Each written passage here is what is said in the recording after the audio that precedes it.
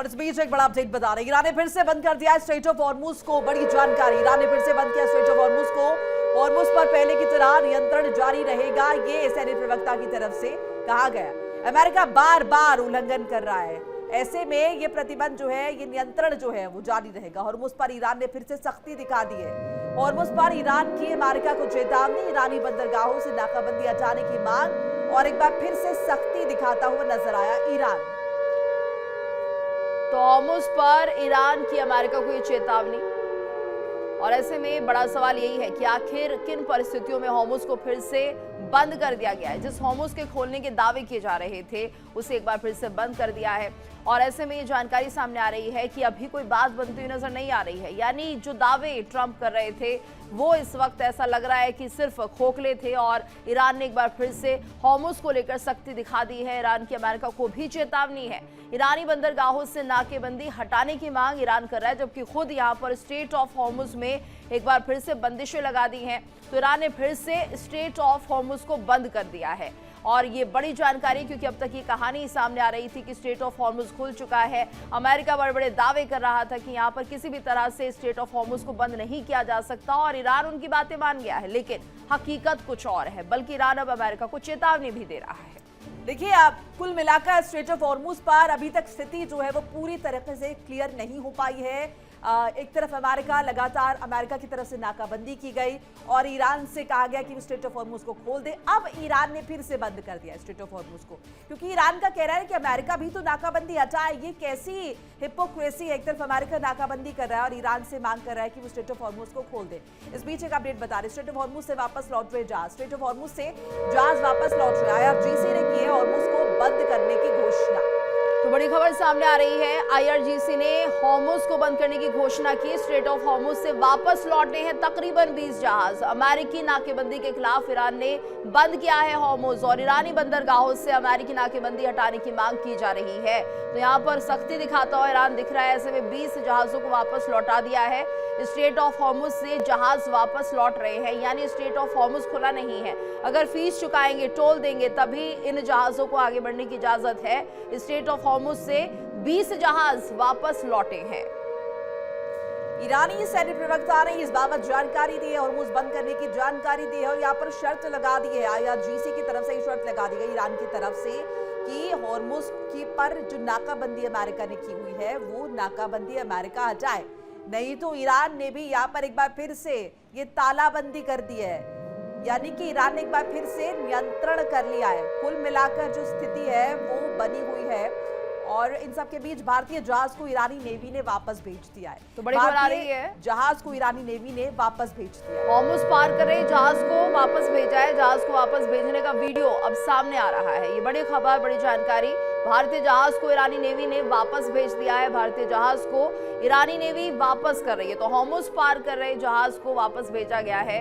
जहाज को वापस भेजने का वीडियो भी अब सामने आया है। क्या कुछ कारण रहे हैं कि आखिर भारतीय जहाज को भी यहाँ पर वापस भेजा गया है, क्योंकि इससे पहले हम जो तस्वीरें आपको दिखा देते हैं, बता दें आपको किस तरीके से यहाँ पर जो तैयारी थी भारत की तरफ से कूटनीतिक तौर पर कि ईरान किसी भी तरह से जो है भारतीय जहाज को वापस नहीं भेजेगा, जिस तरह की बातचीत हुई थी दोनों देशों के बीच। लेकिन अब ऐसे में खबर आ रही है कि यहाँ पर भारतीय जहाज को भी वापस भेजा गया है। क्या कुछ वजह? हालांकि भारत ने इसको लेकर नाराजगी व्यक्त की है। तो देखिए, भारतीय जहाज की भी वापसी हो गई है, ईरानी नेवी ने वापस भेज दिया है, यानी कि हरी झंडी नहीं मिली है, यानी कि भारतीय जहाज भी नहीं आ रहे। हॉर्मुज पार करे जहाज को वापस भेजा गया है। जहाज को वापस भेजने का एक वीडियो, जो तस्वीरें आपको स्क्रीन पर अभी दिखा रहे हैं, तस्वीरें इसी बात की तस्दीक करिए कि भारतीय जहाज जो है वो भी हॉर्मुज पार नहीं कर पाया। अब ईरान यहाँ पर सख्त होता हुआ दिखाई दे रहा है। एक तरफ अमेरिका ने नाकाबंदी करके ये मैसेज कन्वे किया था कि अब वो यहाँ से, अगर देखें, ईरान पर कहीं ना कहीं दबाव बनाया जा रहा है कि ईरान इस नियंत्रण को बनाए रखे, और इन सब के बीच अब देखिए ईरान इस नियंत्रण को अगर देखिए कहीं ना कहीं खोले, और अमेरिका ने नाकाबंदी लगा दी थी, लेकिन अब स्थिति जस की तस हो गई है। बिल्कुल, और ऐसे में इसी मुद्दे को लेकर आज हम चर्चा भी करने जा रहे हैं। हमारे साथ मेहमानों का खास पैनल जुड़ चुका है। हमारे साथ हमारे संवाददाता भी बने हुए हैं, विकास सबरोल, ग्रुप कैप्टन आशीष साई जी हमारे साथ जुड़े हुए हैं, रितेंद्र माथुर जी, मनोज कुमार जी जुड़े हुए हैं, भू राजनीतिक विशेषज्ञ है। आप सभी का बहुत बहुत स्वागत है। पहले अपडेट हम विकास सबरोल से ले लेते हैं। विकास, देखिए, भारतीय जहाजों को भी वापस भेजा जा रहा है हॉर्मुज से, और ऐसे में सवाल ये उठता है कि भारत और ईरान की जो कूटनीति थी क्या वो यहाँ पर विफल होती हुई दिखाई दे रही है? क्योंकि एक बातचीत भारत ने ईरान के साथ की थी कि किसी भी तरह से कम भारतीय जहाजों के साथ ऐसा नहीं होना चाहिए, लेकिन ईरान में स्ट्रेट ऑफ हॉर्मुज से अब भारतीय जहाजों को वापस भेजा जा रहा है। जी बिल्कुल, देखिए जिस तरह से हालात बने स्ट्रेट ऑफ हॉर्मुज के, वहां पर एक कंफ्यूजन से क्रिएट हो चुकी है। एक तरफ स्ट्रेट ऑफ हॉर्मुज ईरान की तरफ से खोला जाता है, लेकिन अमेरिका उसको ब्लॉकेट करता है। फिर अमेरिका कुछ जहाजों को पार कराने की कोशिश करता है तो ईरान उसको ब्लॉकेट करता है। तो ऐसे में ये देखा जाए तो ये एक तरह से बंद ही था, किसी भी हालत में खुला नहीं था। सिर्फ ये अपनी दादागिरी दिखाने की कोशिश वहां पर लगातार की जा रही है, कभी ईरान की तरफ से और कभी यूएस की तरफ से। सिर्फ एक ग्लोबल लेवल पे दिखाने की कोशिश की जा रही है कि स्टेट ऑफ हॉर्मुज किसके कब्जे में है। उसका नुकसान कहीं ना कहीं पूरी दुनिया को झेलना पड़ रहा है, लेकिन जो हालात बने हैं वो लग नहीं रहा कि शांति वार्ता की तरफ पहल की जा रही है। क्योंकि देखिए अगर पहल की जा रही होती तो शायद कहीं ना कहीं स्टेट ऑफ हॉर्मुज खोलने पर दोनों देशों की सहमति बनती है। ऐसे में लग रहा है कि शांति वार्ता फिर से विफल रहने वाली है। और खासकर सबसे बड़ी बात है कि यूरेनियम संवर्धन को लेकर, उसकी यूरेनियम इनरिचमेंट को लेकर कहीं बात बनती नजर नहीं आ रही। हालांकि खबर ये भी आ रही है कि रशिया ने एक बार फिर से अप्रोच किया है और ये जरूर कहा है ईरान को कि आपका यूरेनियम हमें दे दीजिए और हम पे ट्रस्ट कीजिए। क्योंकि पहले भी देखा गया है कि एक बार दोनों ने मिलकर भी इस पे काम किया। तो ऐसे में कहीं ना कहीं लग रहा है कि ईरान शायद रशिया पे ज्यादा ट्रस्ट करे बनिस्बत यूएस पे। लेकिन फिलहाल अभी जो हालात है वो ठीक नहीं लग रहे। लग नहीं रहा कि शांति समझौता किसी एक दिशा में जा रहा है। कहीं ना कहीं जिस तरह से हम लगातार कहते हैं, कहीं ना कहीं किसी को एक बड़े भाई की भूमिका निभानी पड़ेगी। बिल्कुल। और विकास, ये तो कल जिस तरह से बयान सामने आ रहे थे वो लग ही रहा था कि यहाँ पर सिर्फ बातें बनाई जा रही है ट्रंप की तरफ से। साइसर देखिए, लगातार ये चर्चा हो रही थी, ट्रंप बड़े बड़े दावे कर रहे थे। ऐसे में अब भारत के लिए जो परिस्थिति बनी है वो सही नहीं है। ईरान ने भारत का जहाज भी अगर वापस भेज दिया, भारत के जहाजों को भी अगर यहाँ पर अनुमति नहीं मिल रही है, फिर क्या कुछ समीकरण बनते हुए दिखाई दे रहे हैं? ये तो ये समझना पड़ेगा कि हो क्या रहा है। पिछले 24 घंटों में बहुत तेजी से घटनाक्रम बदले हैं। ईरान को ये जो पोर्ट ब्लॉकेज हैं, इनसे बहुत सीवियर डैमेज हो रहा है। हर रोज मिलियंस ऑफ बैरल्स, हर बैरल $100, मतलब सैकड़ों लाख डॉलर्स का पर डे ईरान को लॉस हो रहा है, जो कि 4 दिन पहले तक नहीं हो रहा था। तो अब उनको एक्चुअल इस वॉर की कीमत पता चल रही है। मिलिट्री डिग्रेडेशन से उनको उतनी प्रॉब्लम नहीं थी, क्योंकि वो उतना डिग्रेड हो ही नहीं, क्योंकि उनकी अंडरग्राउंड सिटीज, मिसाइल सिटीज बची रह गई हैं। डीप इनसाइड ईरान बहुत सी मिलिट्री एसेट्स बचे हुए हैं। लेकिन उनकी डोमिनेंट इकोनॉमिक रेवेन्यूज जो सिर्फ तेल से आती हैं, उसको जिस दिन से अमेरिका ने रोका है, उनको पर डे उनकी ब्रीदिंग स्पेस को अमेरिका ने चोक कर दिया है कि हर रोज hundreds of millions of $US का लॉस हो रहा है। तेल पाइलअप हो रहा है, रिफाइनरीज बंद नहीं हुई हैं अभी भी, तो वो कहां स्टोर करेंगे? सप्लाई लाइन चोक हो गई। इस डेस्परेशन में उन्होंने अपनी तरफ से एक रिटेलिएटरी एक्ट किया है कि हम फिर सबके लिए रोक देंगे। लेकिन लकीली अभी लेटेस्ट जो पिछले कुछ घंटों की बात है, इसमें अमेरिका ने इस स्टॉपेज को वायलेशन ऑफ सीज फायर नहीं बोला है, ट्रंप ने इसको ब्लैकमेलिंग बोला है कि ये ब्लैकमेल है। मतलब इस पे अभी फिर से कुछ चर्चाएं होंगी। साई साहब, मतलब इसका इम्पैक्ट जो बातचीत होने वाली है उस पर पड़ सकता है? कोई नेगेटिव इम्पैक्ट आपको होता हुआ नजर आ रहा है? देखिए, ये किस लेवल पे डिक्लेरेशन आई है ये तो अभी मुझे नहीं पता, क्योंकि ये जो टिपिकल हम लोग ने कुछ दिन पहले एक नया टर्म मीडिया में फ्लोट कर रहा था, वैसे वो मिलिट्री टर्म है, मोज़ैक डॉक्ट्रिन, कि ये किसने डिसीजन लिया है कि हम इसको बंद कर देंगे, ये अभी क्लियर नहीं हो रहा है। और दूसरा, जो इंडियन शिप पे फायरिंग हुई है या कुछ फायरिंग हुई है हॉर्मुज में IRGC की तरफ से, वो किस लेवल के डिसीजन थे? ये जो मोज़ैक डॉक्ट्रिन होती है ना, छोटे लेवल के कमांडर्स को अचानक पता चलेगा कि हमारी इकोनॉमी खराब हो रही है, तो चलो हम मारते हैं, क्योंकि उनकी कम्युनिकेशन लाइंस अभी भी पिरामिड में, स्ट्रक्चर में नहीं है। ऊपर से आदेश नीचे आने में दिक्कत हो रही है, क्योंकि वो टेलीफोन पे या सैटेलाइट फोन पे बात नहीं कर रहे हैं। अपनी लोकेशन डिटेक्ट ना हो इसके लिए वो अभी भी बात नहीं कर रहे हैं एक दूसरे से। तेहरान से लेके पोर्ट्स तक की जो बात की लाइन है वो अनसेफ है, पेनिट्रेटेड है मोसाद और CIA द्वारा। इस वजह से वो बातें नहीं कर रहे हैं। तो ये लोअर लेवल फंक्शनरीज जो इनके बटालियन कमांडर्स वगैरह हैं, उन्होंने कुछ फायरिंग करी है, लेकिन ये आदेश कहां से आए ये नहीं पता। हाँ, इसका कुछ ना कुछ असर मंडे की जो प्रपोज टॉक्स हैं, second round of talks between Iran and America, उस पर असर पड़ सकता है। लेकिन अभी तक ये बातचीत एकदम रुक गई या आगे नहीं होगी, ऐसा कोई मैसेज नहीं आया है। और एक इंडियन शिप के वापस जाने से ये भी सोचना गलत है कि इंडिया की डिप्लोमेसी फेल कर गई है, क्योंकि उसके तुरंत बाद इंडियन फॉरेन मिनिस्ट्री ने ईरान के साथ एक ऑब्जेक्शन रेज किया था, जिसपे अभी तक उन्होंने रिप्लाई नहीं किया है। जी माथुर साहब, एक और चीज समझना आपसे ये भी चाहेंगे, हॉर्मुज की स्थिति तो कुल मिलाकर अगर आप देखें वो तो जस की तस हो गई है, और एक धड़ा विश्व स्तर पर ऐसा भी है जो इसे लेकर भी लगातार चर्चा कर रहा था, जो नाराज था अमेरिका से।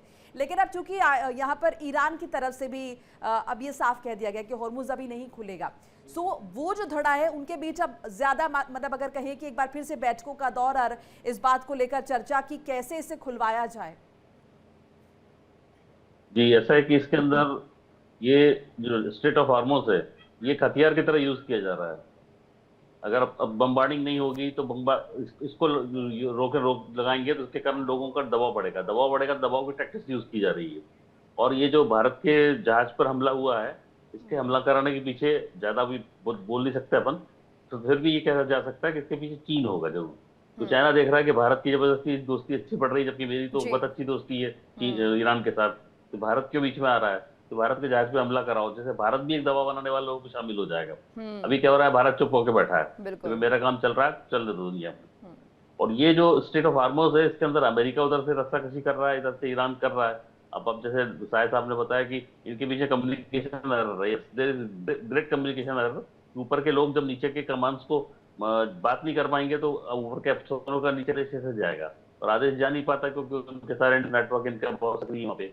तो ऐसे में इनके सामने स्थिति ये कि किसका आदेश माने, तो जो वहाँ लोकल आप बैठा है वो अपने दिमाग से चला रहा है, जो भी कर रहा है। और ये जो IRGC नाम का जो इनका जो एक प्रॉक्सी ऑर्गेनाइजेशन है, इसको सिर्फ लड़ना है और कुछ नहीं करना, इनको डिप्लोमेसी से कोई मतलब ही नहीं है इनको। ऐसे में इनके सामने स्थिति हो रही कि सारा इंफ्रास्ट्रक्चर इनका खत्म होता जा रहा है धीरे धीरे।